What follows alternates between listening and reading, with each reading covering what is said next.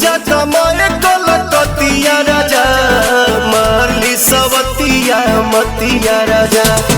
जनी जा कमाए कलकतिया राजा, मारली सवतिया मतिया राजा। लाली ओठ लाली कनवा के बाली, सुन होई नाकी के नथिया राजा। जनी जा कमाए कलकतिया राजा, मारली सवतिया मतिया राजा। जनी जा कमाए कलकतिया राजा, मारली सवतिया मतिया राजा।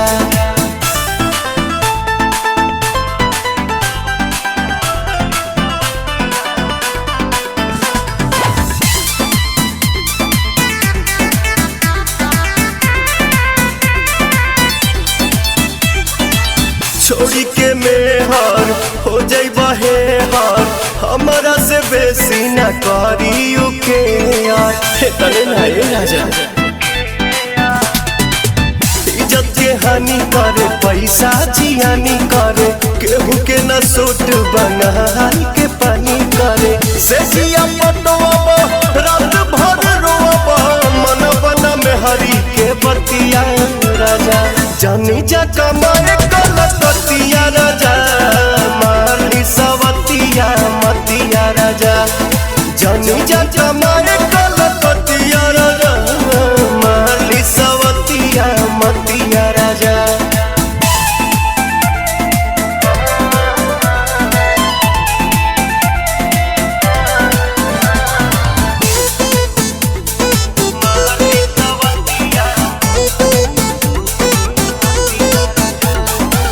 बोला ये पवन आखिर गलती कमान बा, कुछ के न गम्बा एक लम्बा।